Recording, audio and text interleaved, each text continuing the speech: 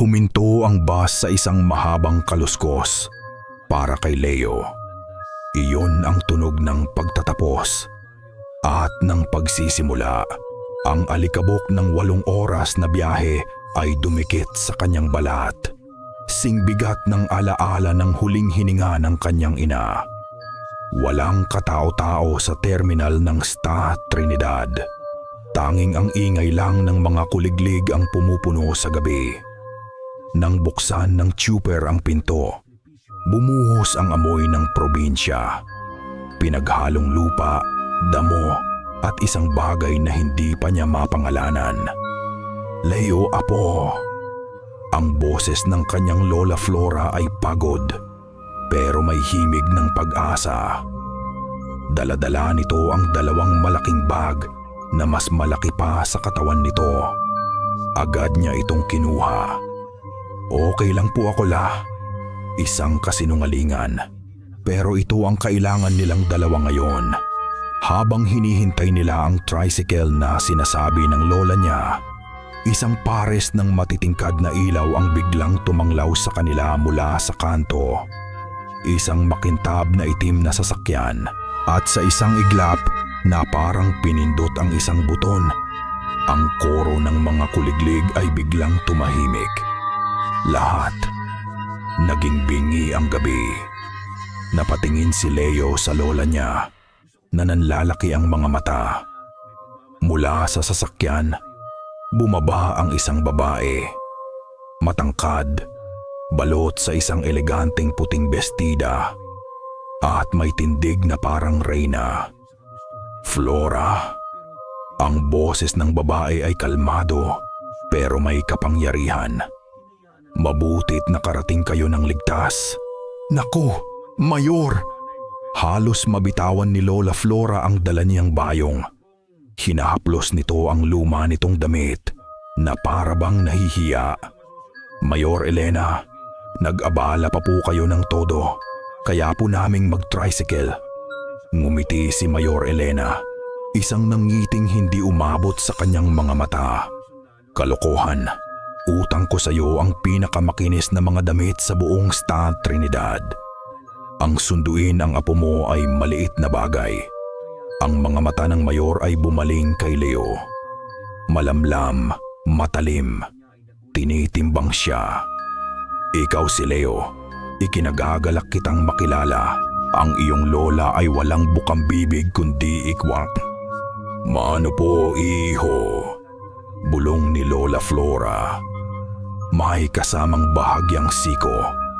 Naglakad si Leo palapit. Amoy mamahaling pabango ang hangin sa paligid ng mayor. Amoy mga bulaklak na hindi niya pa naaamoy kailanman. Yumuko siya para kunin ang kamay nito. At doon niya naramdaman ang lamig. Hindi ito ang lamig ng alahas o ng gabing humahamog. Para siyang humawak sa isang piraso ng yelo. Isang lamig na tumagos mula sa balat, umakyat sa kanyang braso at kumirot sa kanyang batok. Isang lamig na parang nanggagaling sa loob mula sa buto. Binitawan niya ito ng mas mabilis kaysa sa nararapat. Hindi nagbago ang ekspresyon ni Mayor Elena. Pasok na kayo. Baka mahamugan pa kayo. Sa loob ng sasakyan, malinis ang lahat. Tahimik. Nasa unahan si Lola Flora at ang mayor, habang si Leo ay nasa likod, nakatingin sa labas. Pinagmamasdan niya ang mga bahay na tila laging nakasara ang mga bintana, ang mga puno na mas madidilim pa kaysa sa gabi. May ibinulong si Mayor Elena sa kanyang lola. Hindi narinig ni Leo ang mga salita, pero narinig niya ang pagbabago sa tono. Ang kaninang kalmadong boses ay naging apurado, seryoso. Nakita niyang tumango si Lola Flora at ang mga balikat nito ay bahagyang nanigas. Tumigil ang sasakyan sa harap ng isang maliit pero maayos na bahay. Tumigil ang sasakyan sa harap ng isang maliit pero maayos na bahay. Katabi mismo ng isang dambuhalang bakod na pader. Sa likod ng pader na iyon, matatanaw ang tuktok ng isang mansyon at ang mga sanga ng isang napakalaking puno na parabang mga butong kamay na nakaumang sa langit. "Heto na tayo," sabi ni Mayor Elena. Ang kanyang boses ay bumalik sa dati nitong pagiging kalmado. Bumaba sila. Habang kinukuha ni Leo ang mga gamit mula sa likod ng sasakyan, sinulyapan niya ang mansyon.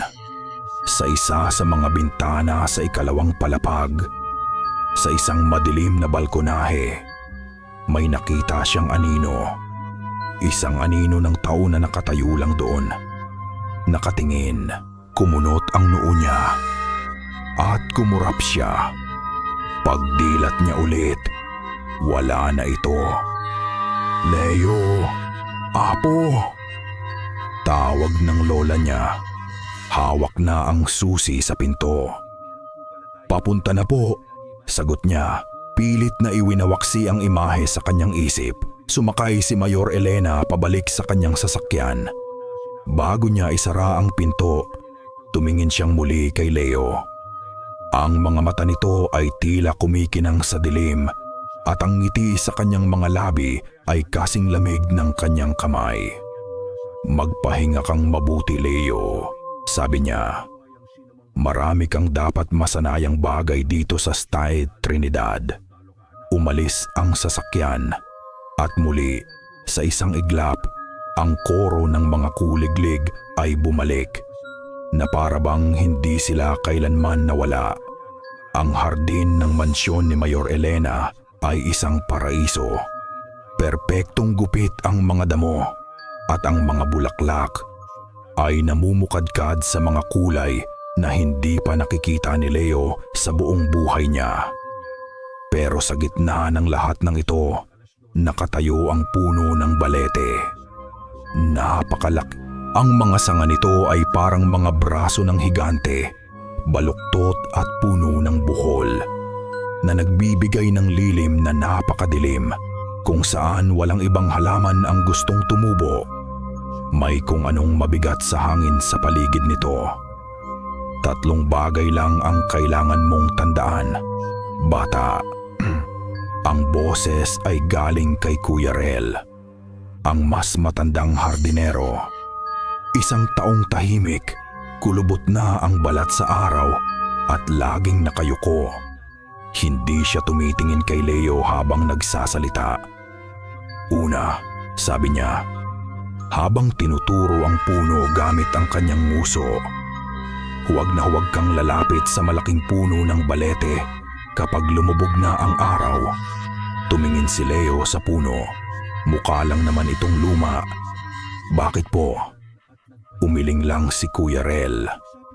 "Pangalawa, lahat ng trabahador dapat nasa labas na ng gate bago mag-alas 9 ng gabi. Walang tanong-tanong. At ang pangatlo, dito sa wakas." Ay tumingin si Kuya Rel sa kanya. Ang mga mata nito ay seryoso. Ang pinaka-importante sa lahat, bawal na bawal umakyat sa ikalawang palapag, lalo na sa kwarto sa dulo. Tumango na lang si Leo. Kahit na ang dami niyang gustong itanong, baguhan lang siya. Ang trabahong ito ang bumubuhay sa kanila ng lola niya.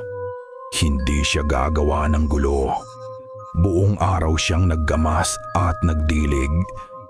Sa kalagitnaan ng hapon, nang tirik na tirik ang araw, nakaramdam siya ng matinding uhaw.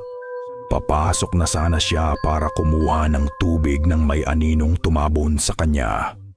Nakatayo sa kanyang harapan ang isang babae. Maputi. Napakaputi ng balat nito na parang hindi nasisikatan ng araw. Mahaba ang itim nitong buhok. Maganda siya, pero may lungkot sa kanyang mga mata na hindi nababagay sa kanyang edad. Para siyang babasaging figurin na anumang oras ay maaaring mabasag. Ay, sabi ni Leo. Hindi ito nagsalita. Iniabot lang nito sa kanya ang isang botelya ng malamig na tubig. Nang magtama ang kanilang mga daliri, naramdaman ni Leo ang pamilyar na lamig. Hindi kasing tindi ng sa mayor, pero nahandoon pa rin. "Angeli! Halika rito sa loob!" Ang boses ni Mayor Elena ay pumunit sa katahimikan mula sa bintana. Nagulat ang babae. Sa isang iglap, nawala ang lungkot sa mga mata nito at napalitan ng takot. Tumalikod ito at nagmamadaling pumasok sa loob, hindi man lang lumingon. Naiwan si Leo na hawak ang botelya ng tubig. Angeli. Iyon pala ang anino na nakita niya sa balkonahe. Nang gabing iyon, hindi mapakali si Leo sa kanyang higaan. Masyadong maraming tanong. Ang mga patakaran, ang puno, ang lamig sa kamay ni Angeli. At habang lumalalim ang gabi, isang pamilyar na amoy ang pumasok sa kanyang bintana. Amoy ng kalachuchi. Napakatapang na parang may isang buong punerarya sa labas. At doon niya narinig isang himig. Nagsimula ito ng napakahina na inakala niyang guni-guni lang. Isang oyayi, isang kantang pampatulog. Walang salita, tanging isang paulit-ulit na Nanggagaling ito sa mansyon. Hindi ito malungkot, hindi rin masaya. Walang laman. Isang himig na parang tinig ng isang bagay na matagal nang nakalimot kung paano makaramdam.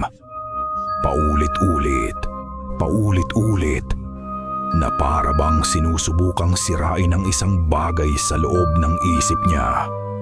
Ipinikit niya ang kanyang mga mata, tinakpan ang kanyang mga tainga, pero tumatagos ito hanggang sa malapit ng mag-umaga.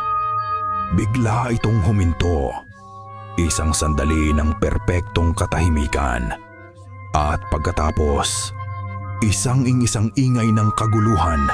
Isang galit na pagtilaok at pagpagaspas ng mga pakpak mula sa bakuran ng kapitbahay. Maikli lang yon at desperado.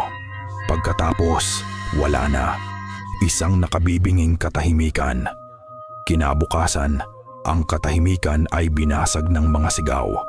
Hindi mga sigaw ng takot, kundi ng galit at pagkalito.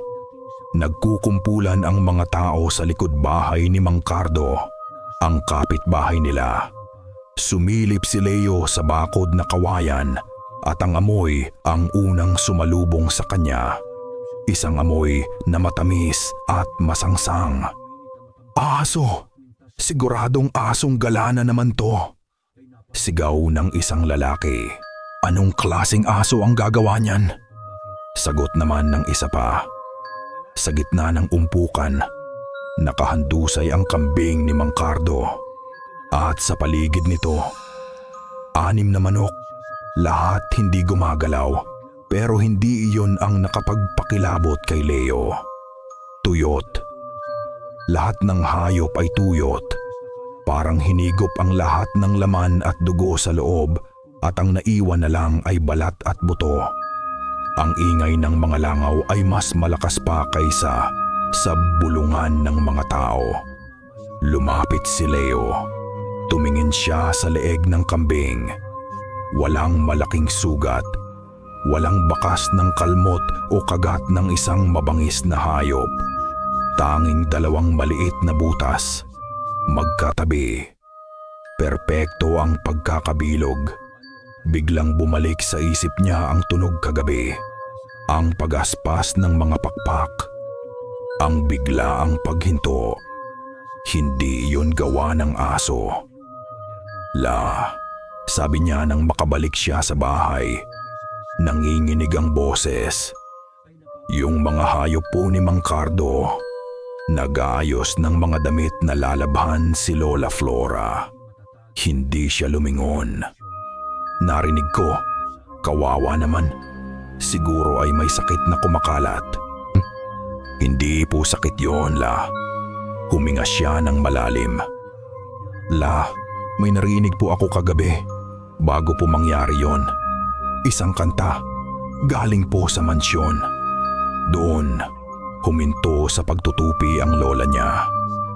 Dahan-dahan itong humarap sa kanya.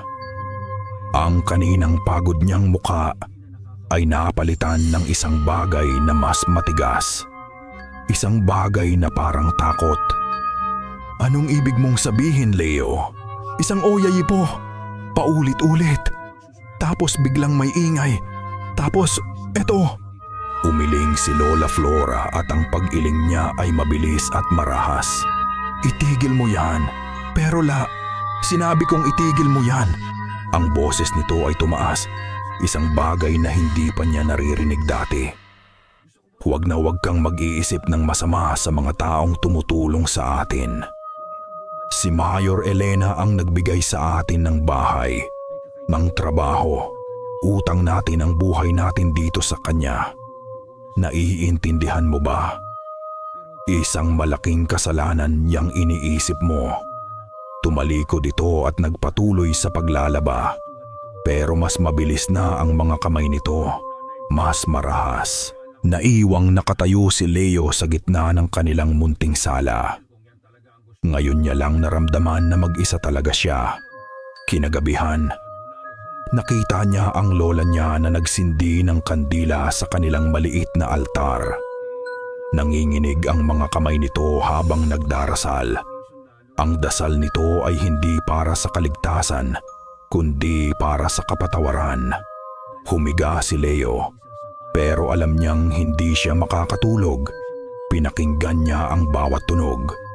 Ang pagtahol ng aso sa malayo, ang hangin, ang sarili niyang paghinga. Tumingin siya sa maliit na orasan sa tabi ng kanyang kama. 1:45 a.m. 2:13 DTIM 3 di maabutan AM. Isang minuto pa. Ang puso niya ay dumadagundong sa kanyang dibdib. Pinipilit niyang sabihin sa sarili na isa lang itong masamang panaginip. Click. 3:17 AM. Katahimikan. Napabuntong hininga siya sa ginhawa. Siguro nga guni-guni lang niya ang lahat. At doon nagsimula ang himig. Nanigas siya, hindi ito galing sa mansyon. Mas malapit. Nanggagaling ito kay sa labas lang mismo ng bintana niya. Hindi siya makagalaw. Bawat himay-may ng kanyang laman ay nagyelo sa takot. Ang oyayi ay nasa labas lang.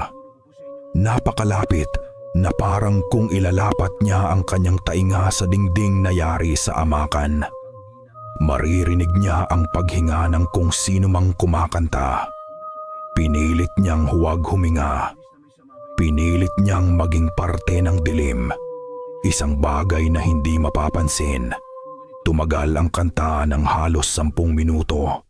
Ang pinakamahabang 10 minuto sa buong buhay niya. At tulad ng dati, bigla itong huminto. Hindi na nakatulog si Leo. Hinintay niya ang pagsikat ng araw na may nanlalaking mga mata. Yakap-yakap ang kanyang mga tuhod. Kinabukasan, alam niyang hindi na niya kayang manahimik na lang. Ang lola niya ay abala, umiiwas sa kanyang tingin. Walang tulong doon. Kailangan niya ng sagot. Nagpaalam siyang bibili lang ng suka. Isang dahilan para makalabas. Para makalanghap ng hangin na hindi amoy kalachuchi. Dinala siya ng kanyang mga paa sa nag-iisang sari-sari store sa kanilang lugar.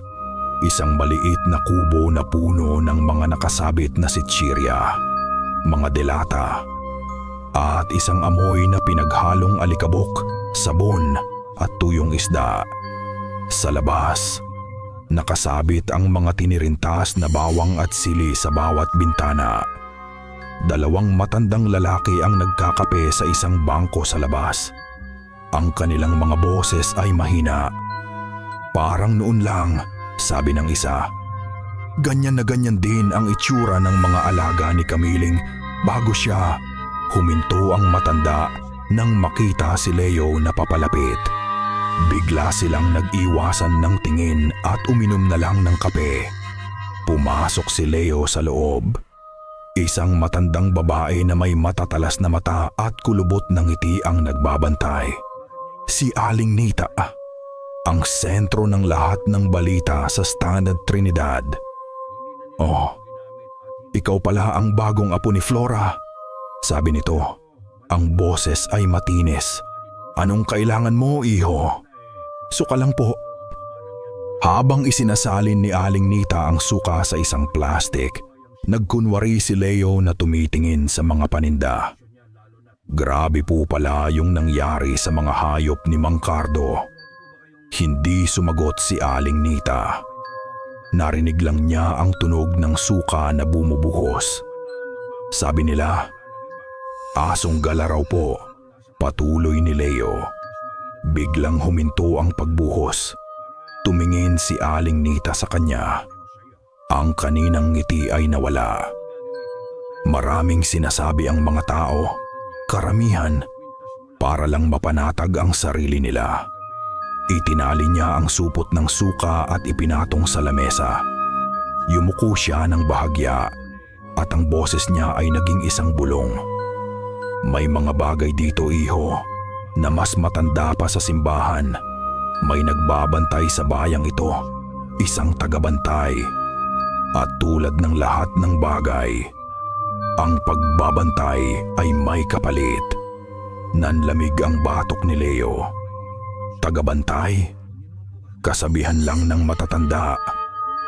Itinuwid ni Aling Nita ang kanyang likod at ngumiti ulit na para bang walang nangyari.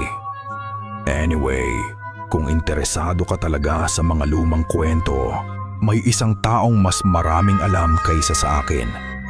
"Sino po?" Nakatira siya sa dulo ng bayan, malapit sa gubat. Si Mang Berto, isang albularyo. Medyo masungit pero matalas ang isip. At ang alaala, kinuha ni Leo ang suka at nagabot ng bayad. Bago siya umalis, pinigilan siya ni Aling Nita. May kinuha itong isang maliit na dakok ng magaspang na asin mula sa isang garapon at isinilid sa isang maliit na supot ng papel. Isinara nito ang palad ni Leo sa paligid ng supot. "Ano po ito?"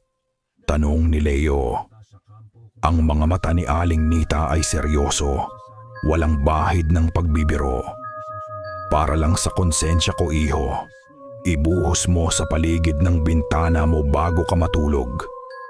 Tumango si Leo. Hindi alam ang sasabihin. Paglabas niya ng tindahan, naramdaman niyang may nakatingin sa kanya. Mula sa kabilang kalsada, sa ilalim ng isang puno ng akasya, nakatayo si Kuya Rel, ang hardinero. Hindi ito gumagalaw, nakatitig lang ito sa kanya. Ang mukha nito ay walang ekspresyon. Hindi mabasa kung siya ba ay nagbababala o nagmamanman. Hindi madaling hanapin ang dulo ng bayan. Dito ang kalsada ay hindi na sementado. Ang mga bahay ay mas maliliit at mas malayo ang pagitan sa isa't isa. Ang masayahing hangin ng sentro ay napapalitan ng katahimikan ng gubat.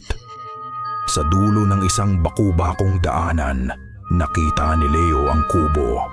Halos natatakpan na ito ng mga gumagapang na baging na parabang sinusubukang bawiin ng kalikasan. Ang amoy sa paligid ay pinaghalong tuyong dahon, usok at gamot. Kumatok siya sa pintong kawayan na bahagya ng nakabukas. "Papasok po." Walang sumagot. Pumasok siya. Sa loob, madilim. Isang solong bumbilya ang nagbibigay ng kulay dalandang liwanag. Nakaupo sa sahig ang isang matandang lalaki. Napakanipis, nakatalikod sa kanya. Pinaghihiwalay niya ang mga tuyong dahon at ugat sa isang bilao. Isang malalim at garalgal na ubo ang umuga sa kanyang munting katawan. "Mang Berto?" tanong ni Leo. Hindi lumingon ang matanda. "Kung para sa sakit ng tiyan yan, bumalik ka bukas. Kung para sa kulam, hindi ako gumagawa niyan. Wala akong panahon sa mga bata." Hindi po tungkol sa akin to," sabi ni Leo. Lumalapit. "Pinapunta po ako ni Aling Nita." "Si Nita, ang daldal talaga ng bibig ng babaeng yon," sagot ng matanda. Hindi pa rin humaharap. Nawalan na ng pag-asa si Leo. Akala niya isa itong pag-aaksaya ng oras. Hahakbang na sana siya paalis nang maalala niya ang dahilan kung bakit siya naroon. Ang tunog na gumigising sa kanya gabi-gabi. Yung oyayi po, bigkas niya, halos pabulong na. Huminto ang mga kamay ni Mang Berto sa paghihimay. Ang pag-ubo niya ay biglang natigil. Ang katahimikan sa loob ng kubo ay naging mabigat. Dahan-dahan na parang bawat galaw ay masakit, lumingon ang matanda. Ngayon, nakita ni Leo ang kanyang mukha. Malalim ang mga guhit dito, parang mapa ng kalungkutan. Pero ang kanyang mga mata, buhay na buhay ang mga ito at puno ng isang bagay na matagal ng takot. Tinitigan siya ni Mang Berto. "Anong sabi mo?"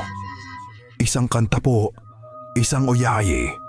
Tuwing gabi, tuwing 3:17 ng madaling araw, tumayo si Mang Berto. Ang mga buto nito ay tumunog. Hindi siya nagsalita. Naglakad siya papunta sa isang maliit na baul sa sulok at may kinuha mula sa loob. Lumapit siya kay Leo at idinikit sa palad nito ang isang bagay na magaspang at mainit-init. Isang anting-anting, isang maliit na kumpol ng mga ugat na itinali ng itim na sinulid. "Isuot mo to sa leeg mo," utos ng matanda. Ang boses niya ay mahina pero madiin. "Huwag na huwag mong aalisin, lalo na sa gabi." "Ano po ito? Ano po yung oyayi? Sino po?" "Tumahimik ka," putol ni Mang Berto. "Makinig ka sa akin, bata. Hindi lahat ng nag-aalaga ay nagmamahal." Tinitigan niya si Leo. At sa mga mata ng albularyo na adi-adi bubularyo, nakita ni Leo ang isang malalim na awa. Bago niya pa maitulak si Leo palabas, sumulyap siya sa isang maliit na altar sa sulok. Sa isang kupas na litratong black and white ng isang babae na may malungkot na ngiti. Isang sulyap lang iyon, pero sapat na para makita ni Leo ang sakit. "Umalis ka na," sabi ni Mang Berto. Itinutulak siya ng marahan palabas ng pinto. "Umalis ka na bago mo pa kami dalhan pareho ng kamalasan." Isinara niya ang pinto. Naglakad si Leo pauwi, nalilito at mas takot pa kaysa dati. Ang anting-anting ay nakabitin sa kanyang leeg, isang kakaibang bigat sa kanyang dibdib. Pagdating sa bahay, kinuha niya ang asin na bigay ni Aling Nita at Litay at ikinalat ito sa bawat sulok ng kanyang bintana. Humiga siya, yakap ang anting-anto. Naghintay siya. 3:15 a.m. 3:16 a.m. Tinitigan niya ang kisame. Ang puso niya ay handa ng tumalon palabas. 3:17 a.m. Katahimikan. Napabuntong hininga siya. Isang malalim na buntong hininga ng ginhawa. Walang oyayi. Gumana ito. Ipipikit na sana niya ang kanyang mga mata nang may marinig siyang isang mahinang tunog. Isang kaluskos. Hindi kaluskos. Isang pagkaskas. Mahina pero malinaw. Parang isang kuko na sinusubukang kumapit sa yero. Nasa itaas. Nasa bubong mismo ng bahay nila. Kinabukasan, Ang takot ay naging panggatong. Hindi na makapaghintay si Leo. Ang tunog ng pagkaskas sa bubong ay isang mensahe. Alam nitong nandoon siya. Alam nitong nagtatago siya. At ang anting-anting kahit gumagana ay parang isang maliit na kandila lang na sinusubukang itaboy ang isang buong bagyo.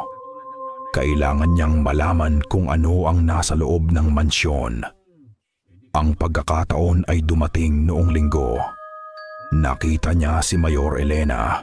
Suot ang kanyang pinakamagarang bestida at si Angeli na parang isang anino sa tabi nito na sumasakay sa kotse papunta sa simbahan. Ang perpektong imahe ng isang banal at respetadong pamilya. Alam ni Leo na mayroon siyang halos isang oras. Ang puso niya ay kumakabog sa kanyang dibdib na parang isang nakakulong na ibon. Naghintay siya ng 10 minuto pagkaalis ng sasakyan bago siya kumilos. Dahan-dahan na parang magnanakaw, pumasok siya sa hardin. Walang ibang tao. Maging si Kuya Rel ay wala roon. Ang pintuan sa kusina sa likod ay laging hindi nakakandado. Pumasok siya. Ang mansyon ay mas malamig pa sa loob. Tahimik. Ang tanging maririnig ay ang malakas na tiktak ng isang lumang orasan sa sala.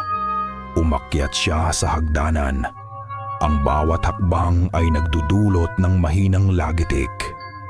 Ang ikalawang palapag, ang bawal na lugar. Ang pasilyo ay mahaba at madilim. May mga pintong nakasara sa magkabilang gilid. Pero ang mata niya ay nasa dulo. Ang nag-iisang pinto na walang anumang palamuti. Ang kwarto sa dulo. Nanginginig ang kanyang mga kamay habang sinusubukan niyang pihitin ang seradura. Nakakandado. Siyempre, may naalala siyang nakita sa isang pelikula.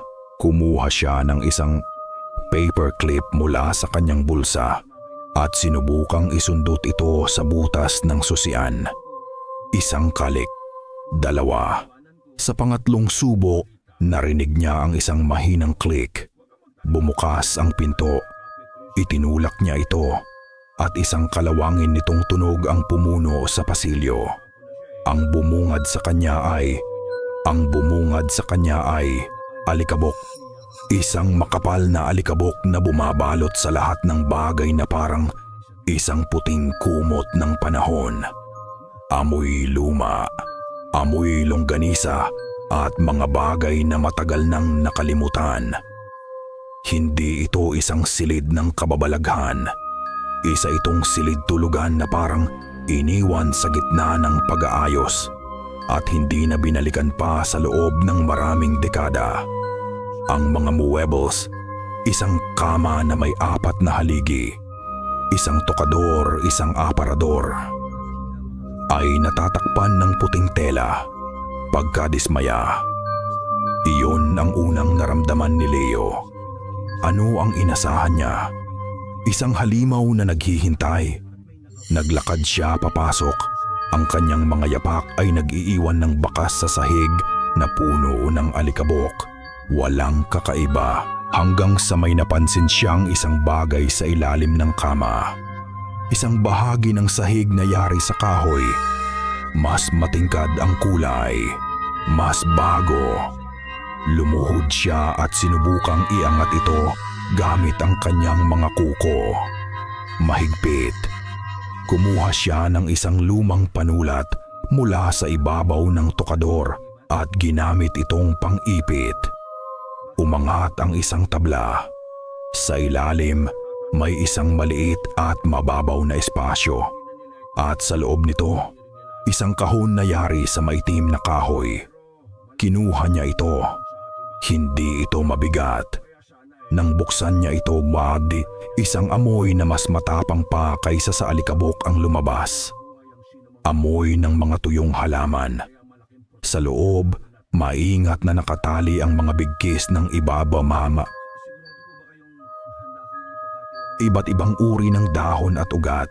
Sa ilalim ng mga ito, may isang bagay na nakabalot sa katad. Isang lumang talaarawan.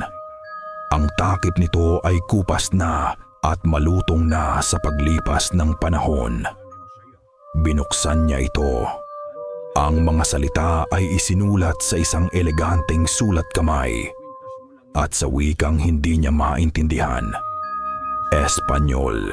Habang tinitingnan niya ang mga pahina, isang bagay ang nahulog mula rito. Isang maliit na larawan. Isang portrait. Kinuha niya ito. Isang babae na may mahabang buhok, nakasuot ng damit na parang mula pa sa panahon ni Rizal. Ang nakatingin sa kanya. Maganda, pero ang kanyang mga mata ay walang buhay. Kamukhang kamukha niya si Mayor Elena o marahil si Angeli. Bigla, mula sa labas sa set, narinig niya ang tunog na nagpatayo sa lahat ng balahibo sa kanyang katawan. Ang tunog ng isang sasakyan na humihinto sa harap ng mansyon. Bumalik na sila. Masyadong maaga. Nagpanik si Leo. Mabilis niyang isinara ang talaarawan. Inilagay ito pabalik sa kahon kasama ang larawan. Isinara ang takip ng sahig at itinulak ang kama pabalik sa pwesto. Narinig niya ang pagbukas ng pangunahing pinto sa ibaba. Mga boses. Diyos ko, saan siya magtatago? Ang aparador. Tumakbo siya papunta rito at pumasok sa loob. Isinasara ang pinto ng dahan-dahan para hindi ito gumawa ng ingay. Madilim at masikip sa loob. Amoy naptalina. Narinig niya ang mga yabag sa hagdanan. Papalapit. Palapit ng palapit. Huminto ito. Huminto ito sa labas mismo ng pinto ng silid kung nasaan siya. Pinigil ni Leo ang kanyang paghinga. Ang puso niya ay parang babasagin na ang kanyang mga tadyang. Katahimikan. Isang mahabang katahimikan. Pagkatapos, isang mahinang pagpihit ng seradura. Isang click. Narinig niya ang pagbukas ng pinto. Pumasok si Mayor Elena sa silid. Nakikita ni Leo ang kanyang anino sa siwang ng pinto ng aparador. Hindi ito gumalaw. Nakatayo lang ito sa gitna ng silid. Tahimik. Pagkatapos, nagsalita ito. Hindi sa kung kanino man, kundi sa hangin. Isang bulong na puno ng lamig. Nararamdaman kita. Narinig ni Leo ang sarili niyang dugo na humahampas sa kanyang mga tainga. Ang bawat segundo sa loob ng aparador ay parang isang oras. Sa laban ng siwang, nakikita niya ang anino ni Mayor Elena na hindi gumagalaw. Naghihintay. Pagkatapos, isang mahinang tawa. Napakalamig. Maglaro tayo kung gusto mo. Munting daga. Bulong ulit nito sa hangin. Dahan-dahan. Ang anino ay tumalikod at naglakad palabas ng silid. Isinasara ang pinto sa likuran nito. Hindi niya ito ikinandado. Isang paanyaya o isang bitag. Nagbilang si Leo hanggang 100 bago siya nangahas na gumalaw. Nanginginig ang buong katawan niya. Lumabas siya ng aparador at tumakbo. Hindi siya lumingon. Tumakbo siya palabas ng mansyon, palabas ng hardin. At hindi huminto hanggang sa makarating siya sa kanilang bahay at isara ang pinto sa likuran niya. Hawak niya ang talaarawan na parang isang mainit na bakal. Hindi niya ito binitawan. Kinabukasan, ang takot ay napalitan ng isang desperadong pangangailangan. Kailangan niyang malaman kung ano ang nakasulat sa aklat na iyon. May isang tao lang sa buong Stan Trinidad ang maaaring makatulong sa kanya. Si Ginoong Morales ay isang retiradong guro ng kasaysayan. Nakatira siya sa isang bahay na amoy libro at matapang na kape. Nang ipakita ni Leo ang tala-arawan, ang mga mata ng matandang guro ay nagningning sa tuwa. "Napakaganda," sabi nito, maingat na hinahawakan ang marupok na takip. "Saan mo ito nahanap, iho? Ito'y isang piraso ng kasaysayan. Sa lumang baul po ng lola ko," pagsisinungaling ni Leo. Umupo si Jim Morales sa kanyang mesang puno ng mga papel, nagsalin ng salamin at nagsimulang magbasa. Sa una, ang kanyang muka ay puno ng interes. Tumango-tango siya habang binabasa ang mga unang pahina. Ito ay tala-arawan ng isang babae mula sa pamilyang De Villa. Ang mga orihinal na nagmamay-ari ng lupain dito, paliwanag niya. Isinulat noong mga 1880s. Nagsasabi tungkol sa kanilang buhay, ang pagtatayo ng bayan. Nagpatuloy siya sa pagbabasa. Dahan-dahan, ang interes sa mukha ni Jim Morales ay naglaho. Napalitan ito ng pagkalito. Kumunot ang kanyang noo. "Kakaiba," bulong niya. May binabanggit siyang isang kasunduan, isang pact na ginawa ng kanilang pamilya. Ang silid ay naging tahimik. Tanging ang tunog lang ng paglilipat ng mga pahinang marurupok ang maririnig. Ang kulay ay unti-unting nawala sa mukha ng matandang guro. Ang kanyang paghinga ay naging mababaw. "Diyos ko!" usal niya. "Ano po iyon, sir?" tanong ni Leo. Hindi na makapaghintay. Itinaas ni G. Morales ang kanyang tingin mula sa libro. Ang kanyang mga mata ay puno ng isang bagay na hindi pa nakikita ni Leo dati. Purong takot. Ang kasunduan ay hindi sa gobyerno o sa ibang pamilya. Sabi niya, ang boses ay nanginginig. Ito ay sa isang nilalang, isang espiritu na nakatira sa puno ng balete. Nanlamig si Leo, kapalit ng kasaganaan para sa Stang Trinidad. Magandang ani, walang sakit, walang tagtuyot. Kailangan ng puno ng kabayaran. Kailangan nitong kumain. At ang pamilyang De Villa ay pumayag na magbigay ng isang tagabantay sa bawat henerasyon. Isang babae na magiging isa sa nilalang para personal na mag-alay ng dugo sa puno. Inilipat ni G. Morales ang pahina. Ang kanyang kamay ay nanginginig na ngayon. Inilalarawan niya rito ang pagbabagong anyo, ang paghihiwalay ng katawan, ang paglaki ng mga pakpak, ang uhaw, manananggal. Ang salita ay sumabog sa isip ni Leo. At ang oyayi, nagpatuloy ang guro, ang boses ay halos paos na. Hindi iyon pampatulog. Isa itong orasyon, isang mahabang ritual sa anyo ng kanta para ihanda ang susunod na sisidlan, para pahinain ang kaluluwa nito. Hanggang sa wala ng paglaban na matira, kapag oras na para sa salinlahi, biglang tumayo si Leo. Ang susunod na sisidlan, ang salinlahi, Angeli. Si Angeli na laging maputla. Si Angeli na laging pagod. Si Angeli na may malungkot at takot na mga mata. Isinara ni Jima Morales ang tala-arawan ng may malakas na kalabog. Ang alikabok ay lumipad. Tumingin siya kay Leo. Ang mukha ay putlang-putla. "Ito ay hindi kwento, iho," sabi niya. "Ito ay isang sumpa." Hindi na nagpaalam si Leo. Tumakbo siya palabas ng bahay, pabalik sa mansyon. Ang mga salita ng tala-arawan ay umuulit sa kanyang isip. Pagdating niya, huminto siya sa di kalayuan. Nagtatago sa likod ng isang puno. Sa hardin, sa isang mesang pangtsaa, nakaupo si Mayor Elena at si Angeli. May iniabot si Mayor Elena kay Angeli. Isang tasang porselana na may umuusok na likido.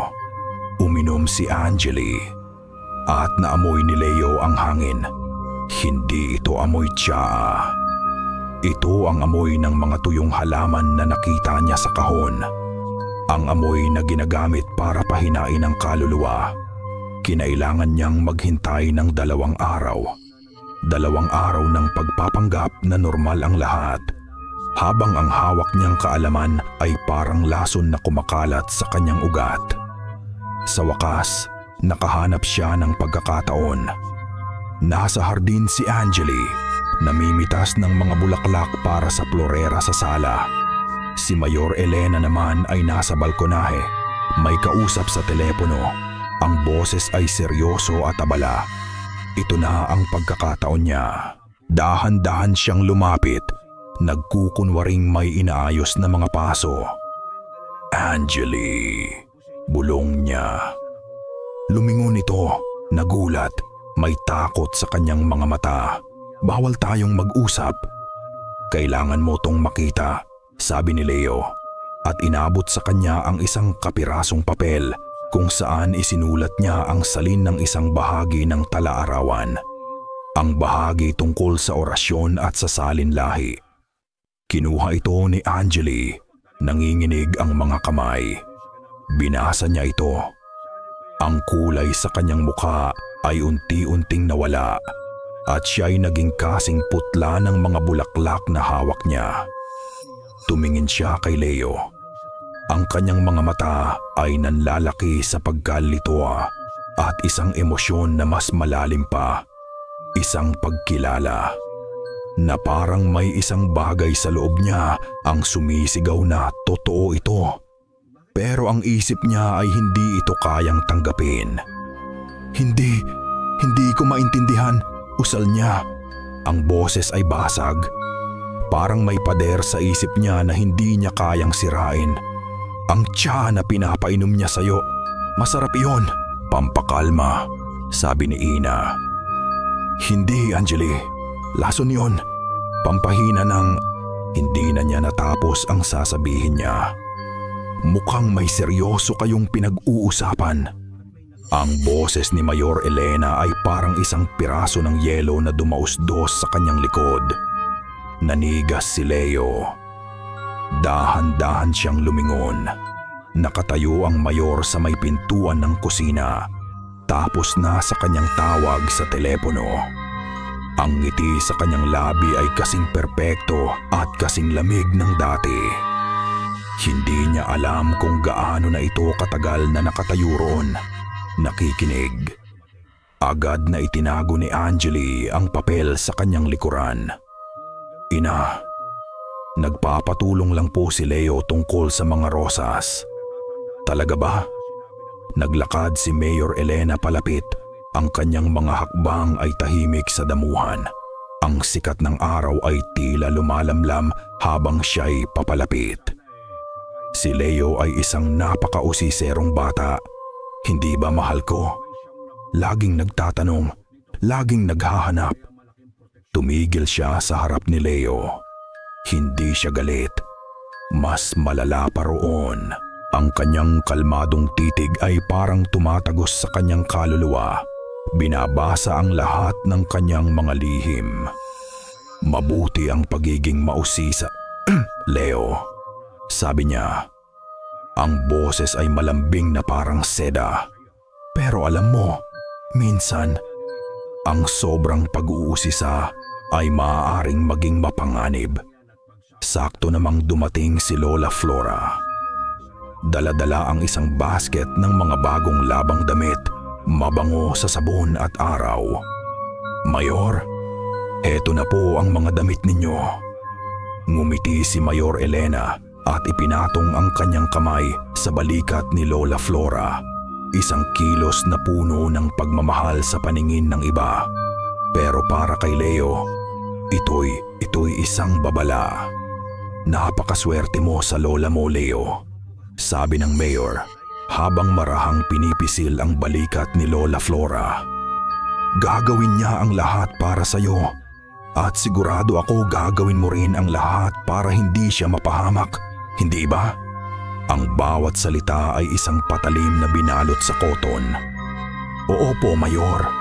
Nanginginig na sagot ni Leo. Mabuti. Kinuha niya ang braso ni Angeli. Halika na, anak. Oras na para sa iyong merienda. Hinila niya si Angeli paalis.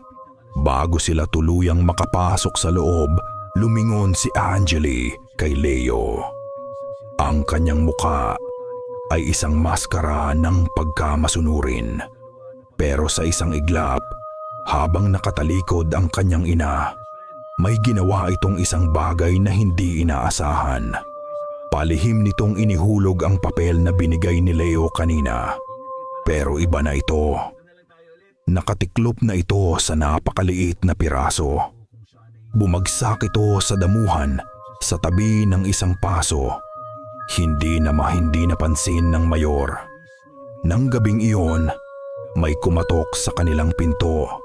Isang katulong mula sa mansyon, may dalang isang mainit na kaldero. Pinabibigay po ni Mayor, sabi ng katulong. Pinakbet, paborito raw po ni Nanay Flora. Ang tuwa sa mukha ni Lola Flora ay hindi maipinta. Naku, ang buti talaga ng puso ni Mayor. Halika hang apo, kumain tayo ng masarap. Hindi kumain si Leo. Sinabi niyang busog pa siya, pero pinanood niya ang kanyang lola na kumain ng may ganang-gana. Paulit-ulit na pinupuri ang kabaitan ng kanilang patron. Kinahating gabihan, nagising si Leo sa isang tunog, isang mahinang pag-ungol. Tumakbo siya sa silid ng kanyang lola. Nakahiga ito sa kama, nanginginig. Ang balat nito ay kulay abo sa ilalim ng liwanag ng buwan at basang-basa ito ng isang malamig na pawis. La, anong nangyayari? Tanong niya. Ang takot ay parang isang malamig na kamay na humahawak sa kanyang lalamunan. Umungol lang ulit si Lola Flora. Ang mga mata nito ay nakapikit sa sakit. Kinuha ni Leo ang kapirasong papel na inihulog ni Angeli. Dahan-dahan niya itong binuksan. Sa loob, isinulat sa nanginginig na sulat kamay ay isang salita lang. Tulong. Walang oras. Ang mga salitang iyon ay umalingaw-ngaw sa isip ni Leo habang tumatakbo siya sa gitna ng gabi. Ang ulan ay bumubuhos na parang mga balang galing sa langit, ginagawang putik ang lupa sa ilalim ng kanyang mga paa. Ang bawat kulog ay parang isang galit na sigaw. Ang bawat kidlat ay nagpapakita sa kanya ng daan patungo sa iisang lugar. Ang kubo ni Mang Berto. Bumagsak siya sa pinto nito, basang-basa at humihingal. Hindi na siya kumatok. Itinulak niya ito ng buong lakas. Tulungan niyo po ako, sigaw niya. Nagulat si Mang Berto, naabala sa pag-aayos ng mga halamang gamot. Ang kanyang muka ay puno ng inis. Sinabi ko na sa'yo, bata, ang lola ko po, putol ni Leo. Ang boses ay nanginginig sa takot at lamig. May sakit po siya. Masama po ang lagay niya. Pagkatapos po niyang kumain ng pinakbet galing kay Mayor. Ang salitang Mayor ay nagpabago sa lahat. Nawala ang inis sa mukha ni Mang Berto. Napalitan ito ng isang madilim na pag-unawa. Anong nararamdaman niya? Tanong ng matanda. Ang boses ay seryoso na ngayon. Nanginginig po siya sa lamig, pero ang pawis niya ay parang yelo at umuungol po siya. na parang may masakit sa loob. Tumanggo si Mang Berto, isang mabagal at mabigat na pagtango. Ito na ang kinatatakutan niya. Hindi iyan ordinaryong sakit. Iyan ay isang babala, isang mahinang sumpa. Naglakad siya papunta sa kanyang munting altar at nagsindi ng isang kandila. Ang babaeng iyon, lumalakas na siya at nagiging padalos-dalos. Anong gagawin po natin? Tanong ni Leo. Ang pag-asa ay nagsisimulang sumibol sa kanyang dibdib. Kaya niyo po ba siyang gamutin? Ang lola mo, oo. Ang lason na iyan ay kaya kong labanan, sabi ni Mang Berto. Pero ang pinagmumulan nito, iba iyang usapan. Tumingin siya kay Leo. Para matigil ito, kailangan nating putulin ang ugat. Hindi sapat na patayin lang siya. Kailangan nating basagin ang kasunduan. Kailangan nating gawin ang ritual ng paglilinis. Paano po? Gagawin ito sa susunod na kabilugan ng buwan. Paliwanag ng matanda. At ang kanyang mga salita ay nagpabigat sa hangin. Sa gabi kung kailan pinakamalakas siya at pinaka-vulnerable, ang gabi ng kanyang ika-18 kaarawan. Ang kaarawan ni Angeli. Ang gabi ng salinlahi. Isang malakas na katok sa pinto ang nagpatigil sa kanilang pag-uusap. Nagkatinginan sila ni Mang Berto, parehong kinakabahan. Dahan-dahang binuksan ng matanda ang pinto. Nakatayo sa labas, basang-basa sa ulan at may madilim na ekspresyon sa kanyang muka, si Kuya Rel. Pumasok ito sa loob. At ang tanging tunog lang ay ang pagpatak ng tubig mula sa kanyang damit papunta sa sahig. Tumingin siya kay Leo. Pagkatapos ay kay Mang Berto. Narinig ko ang usapan ninyo, sabi niya. Ang boses ay magaspang at hindi sanay magsalita. Alam ko ang tungkol sa tala-arawan. Sinusundan kita, bata. Napaatras si Leo. Isa ba siyang espiya? Huwag kang mag-alala, sabi ni Kuya Rel. Hindi ako kalaban. Mula sa kanyang bulsa, kumuha siya ng isang bagay na nakabalot sa plastik. Isang lumang pitaka. Mula sa pitaka, kinuha niya ang isang litratong kupas na. Ipinakita niya ito sa kanila. Ang larawan ng isang babaeng nakangiti, masaya. Hawak nito ang isang sanggol. Siya si Amelia, ang nanay ni Angeli, sabi ni Kuya Rel. At ako ang ama niya. Isang kidlat ang kumislap. At sa liwanag nito, nakita ni Leo ang sakit at galit na nakatago sa mga mata ng hardinero sa loob ng maraming taon. Minahal ko si Amelia, patuloy niya. Pero ang pamilya De Villa, kailangan nila ng tagapagmana. Si Elena, hindi magkaanak noon. Kinuha niya sa amin si Angeli. Pinalabas niyang ampon. At si Amelia, isang araw, hindi na lang siya nagising. Sabi nila, bangungot daw, pero alam ko ang ginawa niya. Isinara niya ang kanyang kamao sa paligid ng litrato. Nananatili ako sa mansyon na iyon, nagtitiis, nagmamasid, para protektahan ng anak ko. At ngayon, naririnig ko na naman ang oyayi na iyon. Ang parehong oyayi na kinakanta niya kay Amelia bago ito mamatay. Tumingin siya sa kanilang dalawa. Isang bagong apoy ang nag-aalab sa kanyang mga mata. Kailangan nating iligtas ang anak ko, anuman ang mangyari. Naging tatlo sila. Ang binatang may daladalang katotohanan, ang matandang may tihawak ng kaalaman, at ang amang may daladalang paghihiganti, isang alyansa na nabuo sa gitna ng desperasyon at ulan. Ang ritual, Sabi ni Mang Berto, ang kanyang boses ay naging boses ng isang general na naghahanda para sa digmaan. May mga sangkap tayong kailangan, mga bagay na may kapangyarihan. At ang pinakaimportante sa lahat, isang bagay na personal, isang bagay na galing sa puso ng manananggal. Paano natin makukuha iyon? Tanong ni Leo. Tumingin si Mang Berto sa bintana, sa direksyon ng mansyon sa di kalayuan, sa direksyon ng dambuhalang puno na nakatayo roon na parang isang itim na tore sa gitna ng bagyo.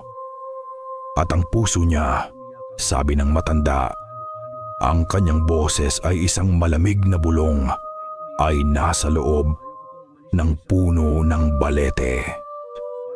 Ang sumunod na araw ay isang mahabang paghihintay, isang katahimikan bago ang bagyo.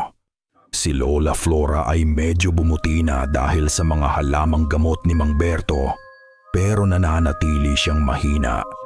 Isang buhay na paalala kung ano ang nakataya. Sa kubo ni Mang Berto, inilatag nila ang plano.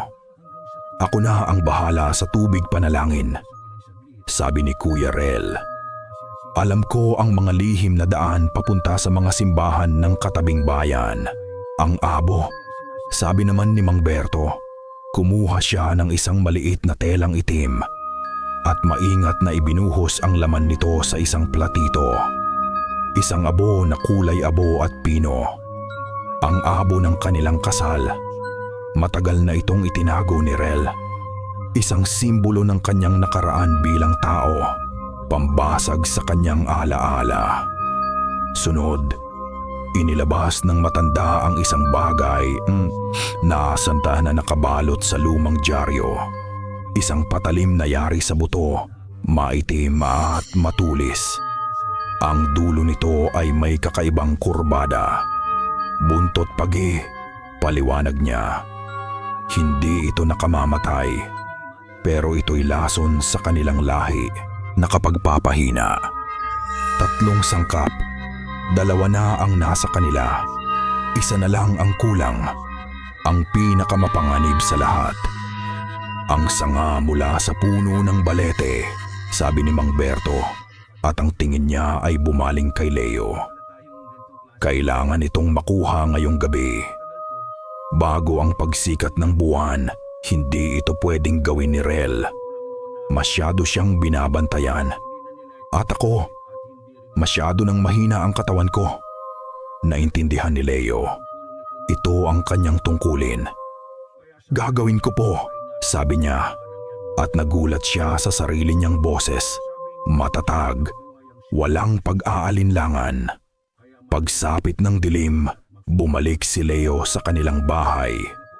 Dahan-dahan siyang pumasok sa silid ng kanyang lola. Ito'y mahimbing na natutulog. Ang paghinga ay malalim at kalmado na.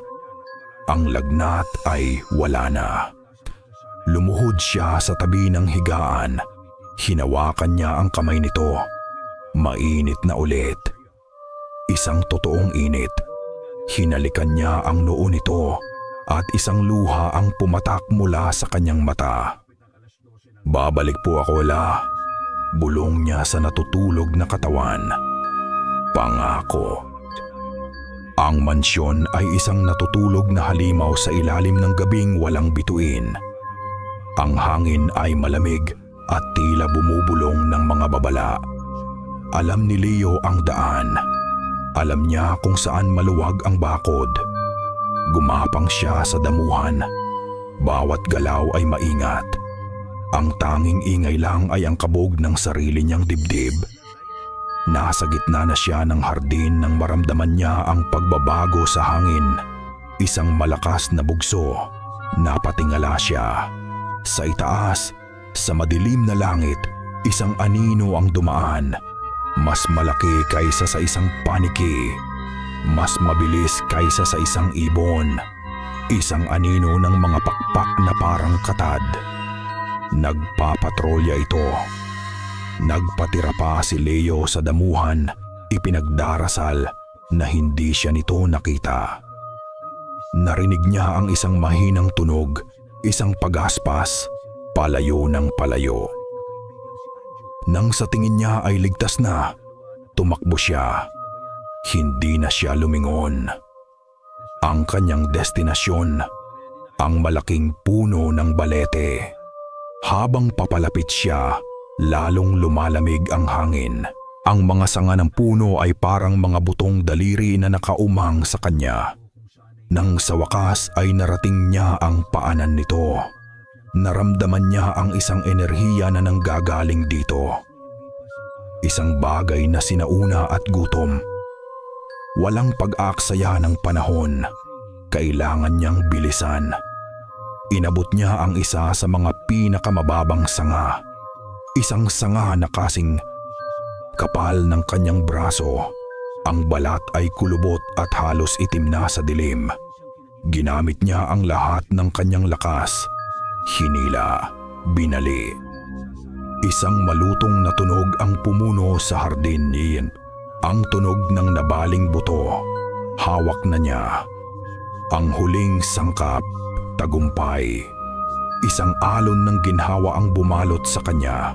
Nagawa niya. Nanigas ang buong katawan ni Leo. Ang oyayi. Hindi ito malayo. Hindi ito mahina. Nasa likuran lang niya.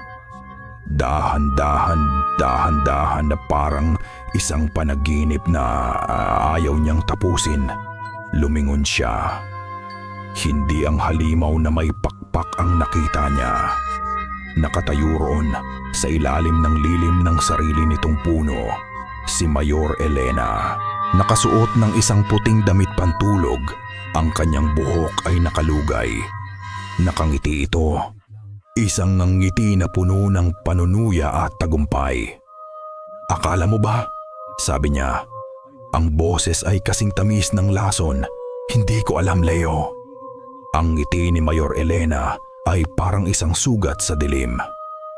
"Napakatalino mong bata, Leo," sabi niya. Dahan-dahang lumalakad paikot sa kanya na parang isang ahas na tinitingnan ang kanyang biktima.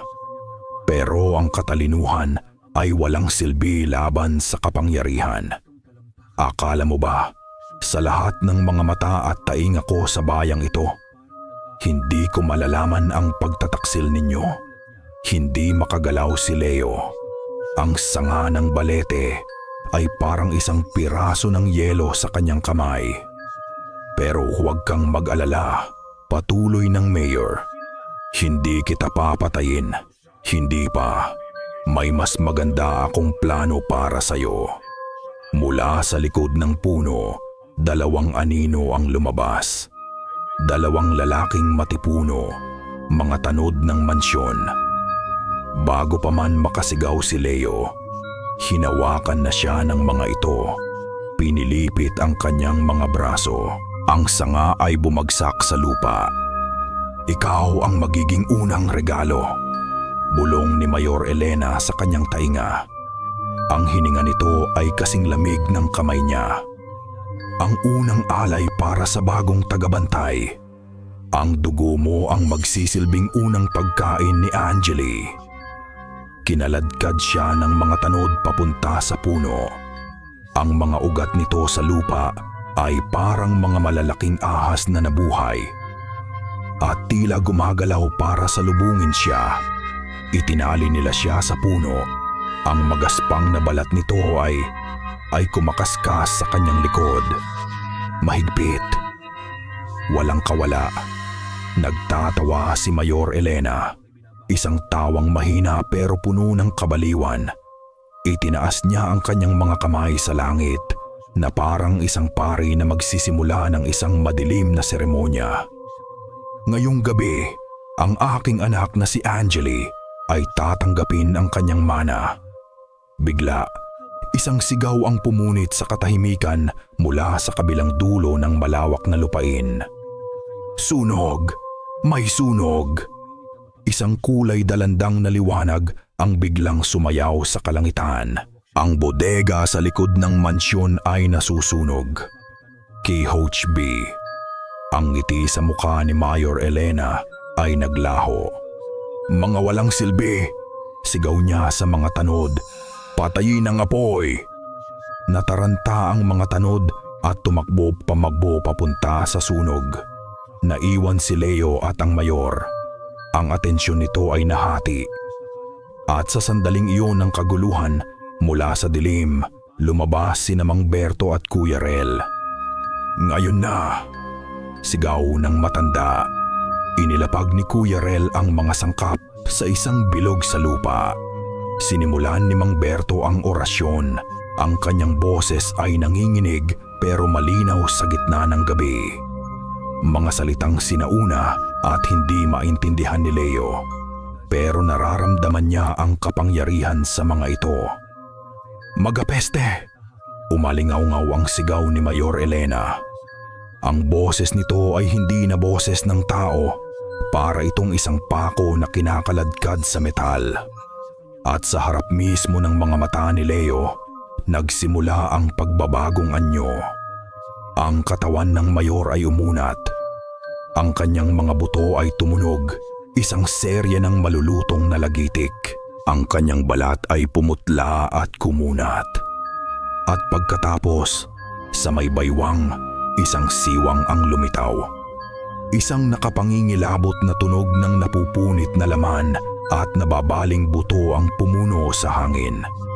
Ang itaas na bahagi ng kanyang katawan ay dahan-dahang humiwalay sa ibaba. Ang amoy ng pagkabulok at dugo ay nakakasuka.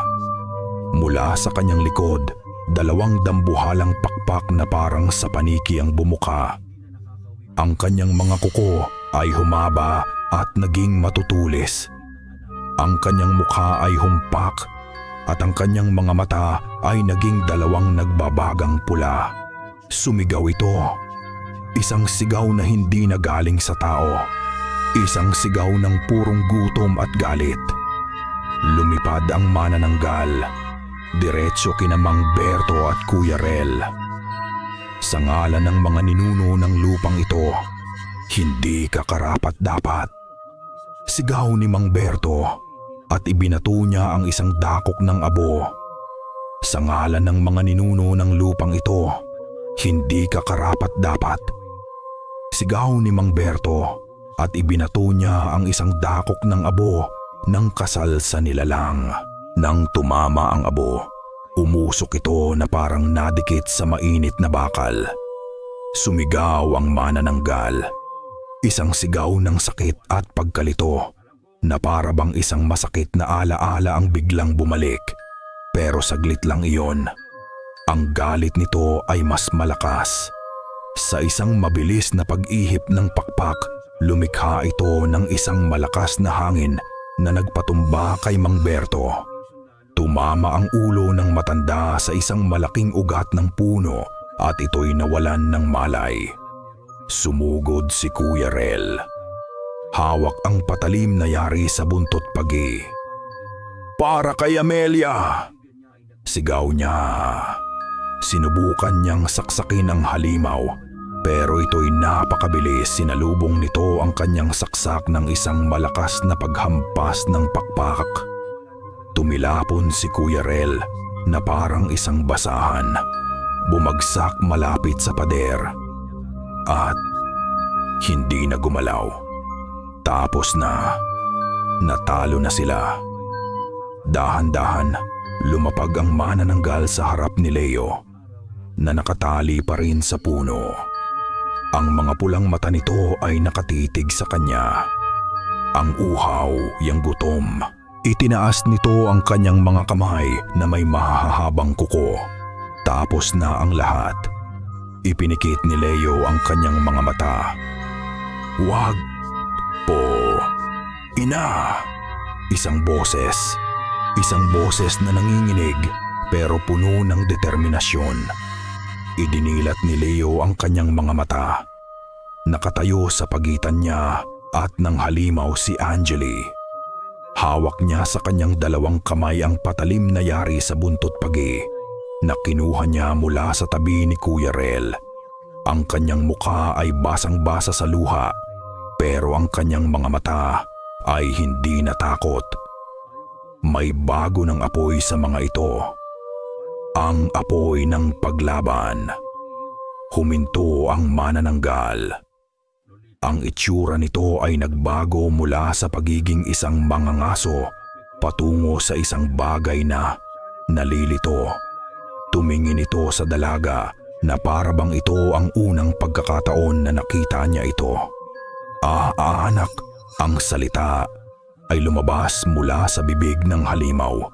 Isang magaspang at hirap na tunog.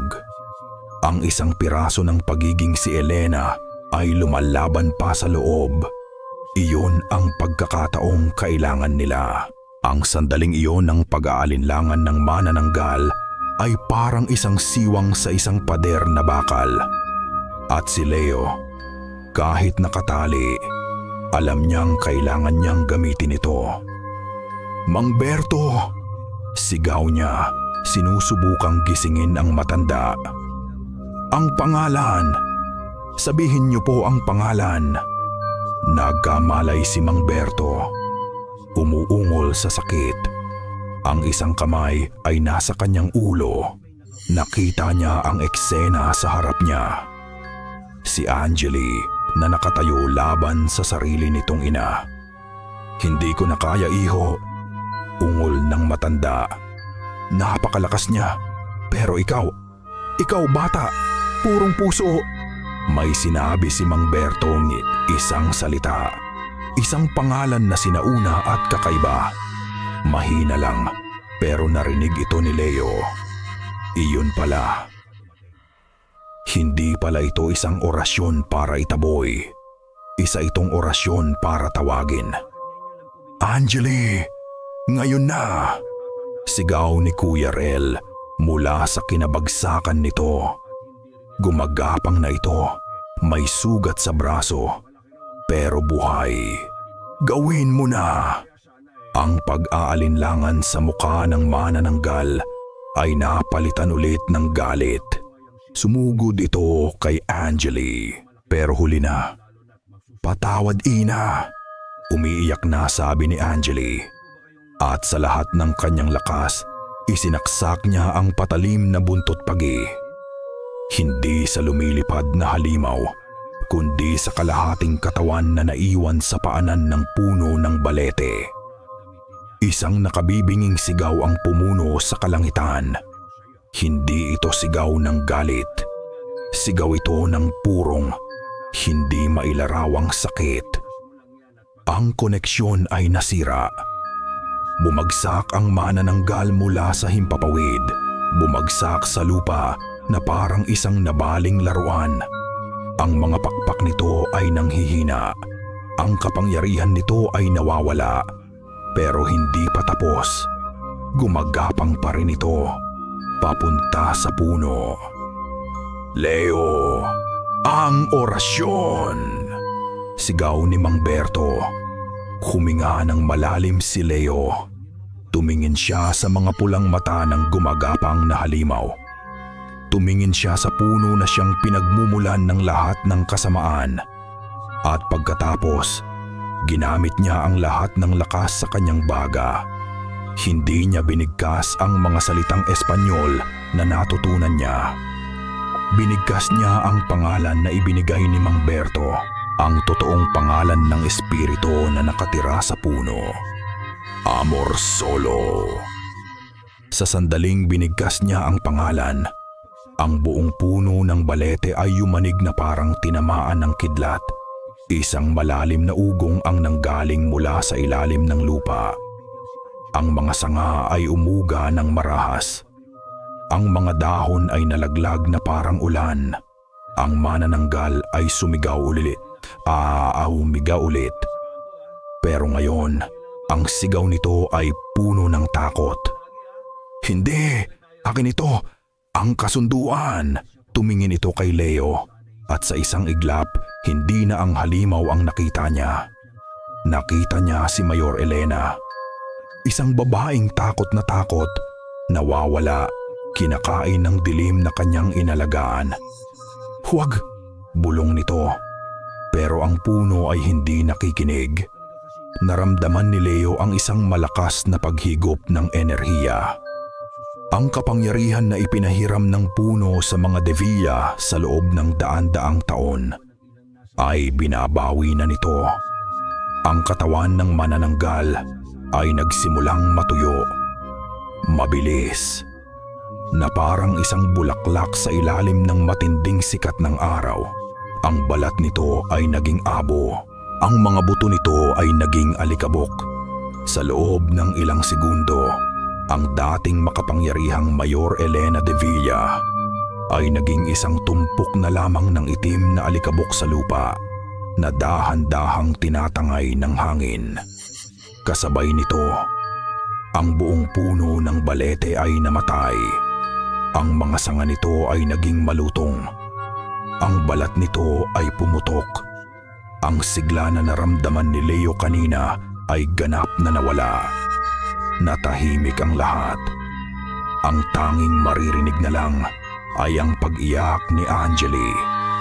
Tinulungan ni Kuya Rel na pakawalan si Leo mula sa pagkakagapos. Walang nagsalita. Ano pa ba ang sasabihin? Niyakap ni Kuya Rel ang kanyang anak sa unang pagkakataon bilang isang ama. At umiyak sila pareho sa ilalim ng patay na puno. Tinulungan ni Leo si Mang Berto na tumayo. Tumingin ang matanda sa kanya. May pagod pero may respeto sa kanyang mga mata. Natapos mo na, iho. Pinalaya mo na kaming lahat. Tumingala si Leo sa langit. Ang madilim na ulap ay nagsisimula ng maghiwalay. Sa silangan, isang manipis na linya ng kulay kahel na liwanag ang lumitaw. Ang bukang liwayway. Nawala na ang manananggal. Nawala na ang sumpa. Ang pakiramdam ng bigat sa kanyang dibdib. Ang bigat ng kasalanan sa pagkamatay ng kanyang ina. Tila gumaan, pero napalitan ito ng isang bagong bigat. Ang bigat ng kaalaman. Ang bigat ng mga buhay na nawala. Habang papalayo sila sa hardin ng mga multo, may narinig si Leo. Isang mahinang tunog sa hangin. Napahinto siya. Lumingon siya. Wala. Siguro guni-guni lang niya iyon. Isang multo sa kanyang isipan. Sana. 6 na buwan. Sa 6 na buwan, ang Stad Trinidad ay nagbago. Ang mga dating luntiang bukirin na laging puno ng ani ay nagsimulang manuyo. Ang ilog na dating malinaw ay lumabo. Ang kasaganaan na ibinigay ng kasunduan ay nawala na. At ang natira ay ang hubad na katotohanan ng isang bayang pinabayaan. Maraming pamilya ang nagsimulang umalis. Naghahanap ng mas magandang buhay sa ibang lugar.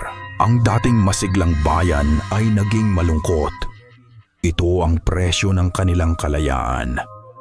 Nakatayo si Leo sa terminal ng bus, sa parehong lugar kung saan nagsimula ang lahat. Pero ngayon, siya na lang mag-isa. Dala niya ang isang bag, hindi na kasing bigat ng dati.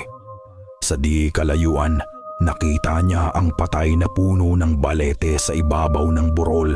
Ang mga sanga nito ay parang mga kalansay na nakaturo sa langit. Ang mansyon ay inabandona na. Walang may gustong bumili. Walang may gustong lumapit. Leo. Lumingon siya. Si Angeli. Kasama si Kuya Rel, hindi na maputla si Angeli. May kulay na ang kanyang mga pisngi, mga dekumagi, babi, ni di bamadi, at may bagong lakas sa kanyang mga mata. Si Kuya Rel naman, kahit na mas pumayat, ay may kapayapaan na sa kanyang mukha. Sila ang mga nanatili, ang mga nagsisikap na itayong muli ang nasira. Sigurado ka na ba talaga dito? Tanong ni Angeli. Tumango si Leo. Kailangan ko na, Angeli. May mga bagay pa akong kailangang ayusin sa sarili ko. Hindi namin makakalimutan ang ginawa mo, sabi ni Kuya Rel. at inilagay ang isang magaspang na kamay sa balikat ni Leo. "Utang namin sa iyo ang buhay ng anak ko." Ngumiti si Leo, isang totoong ngiti. "Binayaran na po natin lahat ng utang natin." Dumating ang bus, isang maingay at mausok na paalala ng mundo sa labas ng Stand Trinidad. Bago siya sumakay, may iniabot si Angeli sa kanya, isang maliit na supot na yari sa tela. "Ano to?" tanong niya. "Mga buto ng mirasol," sabi ni Angeli. "Ngumitik para may maitanim ka kung saan ka man mapunta. Para tandaan mo na pagkatapos ng pinakamadilim na gabi, laging may tumutubong bago." Kinuha ito ni Leo. "Salamat."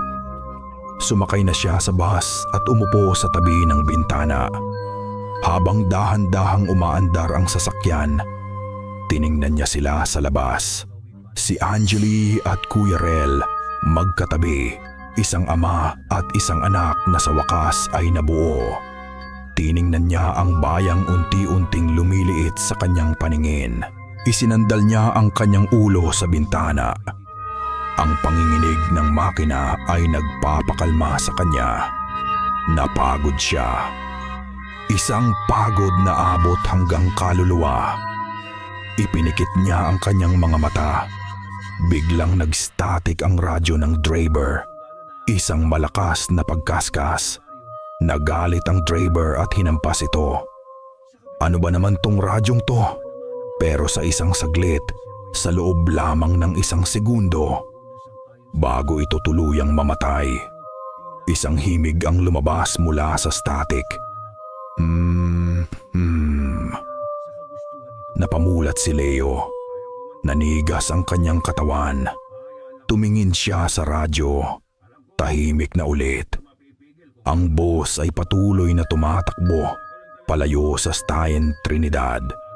Pero alam ni Leo, sa kaibuturan ng kanyang puso, na may mga bagay, may mga awit, na kahit gaano ka pa kalayo tumakbo, ay hinding-hindi ka nalulubayan.